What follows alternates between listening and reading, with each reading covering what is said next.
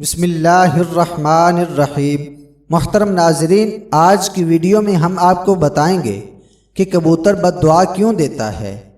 کبوتر ایک ایسا خوبصورت اور دلکش پرندہ ہے جو ہر کسی کو اچھا لگتا ہے، اور یہی وجہ ہے کہ یہ پرندہ اکثر گھروں میں پالا جاتا ہے، اور گھروں کے علاوہ اکثر مزاروں پر بھی یہ پرندہ موجود ہوتا ہے۔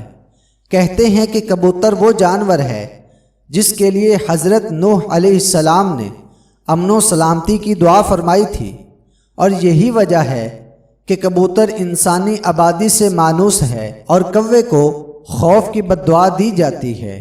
یہی وجہ ہے کہ کوا انسانی آبادی سے ہراساں رہتا ہے۔ اسی وجہ سے لوگ آج تک اسے منحوس سمجھتے ہیں کہ گھر میں کبوتر پالنا کیسا ہے، اور یہ کہ کبوتر بد دعا کب دیتا ہے۔ کبوتر پالنے کے بارے میں بات کرنے سے پہلے آپ کے لیے کبوتر کی ایک پرانی کہانی پیش کرتے ہیں۔ تفاسیر میں ہے کہ حضرت نوح علیہ السلام نے جب کشتی کو جودی پہاڑ پر ٹھہرایا تو آپ علیہ السلام نے کشتی کا وہ حصہ کھولا جہاں پرندے رہتے تھے، تو آپ علیہ السلام نے کوے سے فرمایا کہ زمین کو دیکھ کر آ کہ اس پر کتنا پانی ہے یا کتنا شہر غرق ہو چکا ہے۔ کوے کو ایک مردار جانور ملا، وہ اسی کو کھانے میں مست ہو گیا، واپس نہ آیا۔ اسی سے عرب کی ایک کہانی مشہور ہے کہ فلاں تو کوے سے بھی زیادہ دیر لگاتا ہے۔ چنانچہ حضرت نوح علیہ السلام کو خشک اور سخت زمین کی ضرورت تھی، اسی لیے اس کے دیر کرنے پر کبوتر کو بھیج دیا۔ اسے زمین کا کوئی خطہ بھی نظر نہ آیا، اسی لیے زیتون کا پتا لے کر حاضر ہو گیا۔ اس سے حضرت نوح علیہ السلام نے اندازہ لگایا کہ پانی کم ہے، جس سے درخت ظاہر ہو گئے ہیں، لیکن زیر آب ہے۔ چند دن ٹھہر کر پھر اسی کبوتر کو بھیجا تو زمین کی کیچڑ میں اس کے پاؤں پھر گئے۔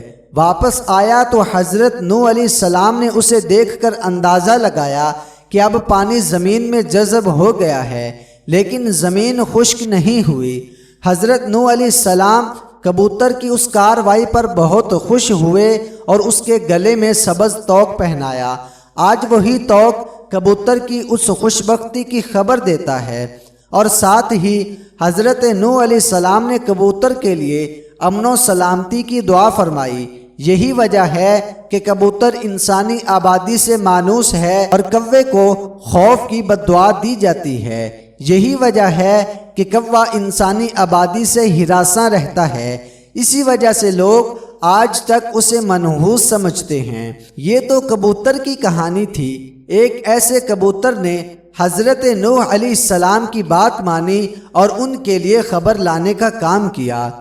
فقہا کے نزدیک گھروں میں شوقیہ پرندے رکھنا اور پالنا جائز اور مباح ہے، بشرطے کہ ان کی غذا اور سردی گرمی اور بارش سے حفاظت کا انتظام کیا جائے، اور جب اہل خانہ کہیں باہر جائیں تو ان کی غذا اور دیکھ بھال کا مناسب نظم کر کے جائیں۔ سیدنا انس رضی اللہ تعالی عنہ کے چھوٹے بھائی نے ایک پرندہ پال رکھا تھا۔ جب رسول اللہ صلی اللہ علیہ وسلم ان کے ہاں تشریف لاتے تو اسے کہتے، اے ابو عمیر، پرندے نے کیا کیا؟ یہ حدیث اس بات کی دلیل ہے کہ آپ صلی اللہ علیہ وسلم نے پرندے رکھنے سے منع نہیں فرمایا۔